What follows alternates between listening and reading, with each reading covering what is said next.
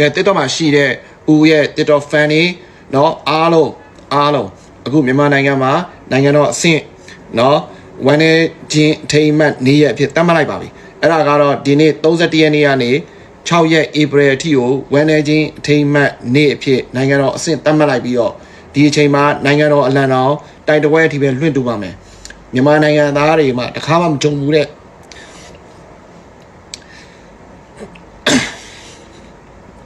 ပြင်းတဲ့ငင်းညောက်သိဆုံးပါတယ်နိုင်ငံတော်အဆင့်ဝန်နေကြောင်းအတိမပြနေပါ31ရက်နေ့ကနေဒီနေ့ကနေ6ရက်ဧပြီအထိပါအဲ့တော့တစ်တော့မှရှိရတငယ်ချင်းတွေတစ်တော့မှကိုရေးကိုတာအတွက်နော်တချင်းနေနဲ့ဆော့ရပါရောတတ်နိုင်ဆုံးဆင်ခြင်ပေးပါလို့ဒီရက်ပိုင်းအတွင်းမှာဦးကမြေတိုင်ရက်ခံပါတယ်ပြီးတော့နိုင်ငံတော်အဆင့်တော်ဝန်နေချင်းအထိမ်းအမှတ်သတ်မှတ်ထားတဲ့နေ့ရက်တွေ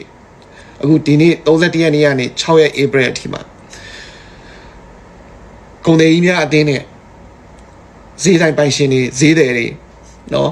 ဦးကထပ်ပြီးမြေတိုင်ရက်ခံပါကုန်စည်နှုန်းတွေမတက်ပဲနဲ့နော်နိုင်ငံတော်အဆင့်တော်ဝန်နေချင်းအထိမ်းအမှတ်နေ့ရက်နေ့ဖြစ်သတ်မှတ်ထားတဲ့နေ့မှာကုန်စည်နှုန်းတွေမတက်ပဲနဲ့အသက်ရှင်ကြံရေးခဲ့တဲ့ပြည်သူတွေကိုနော်တတ်နိုင်ဆုံးအရင်ပေါ့နော်အရင်နှုံးနဲ့အမြတ်နည်းနည်းပဲယူပြီးရောင်းချပေးပါလို့ဦးကမြေတိုင်ရက်ခံပါတယ်ကျေးဇူးတင်ပါတယ်ဒါဦး update တင်ပေးတာပါ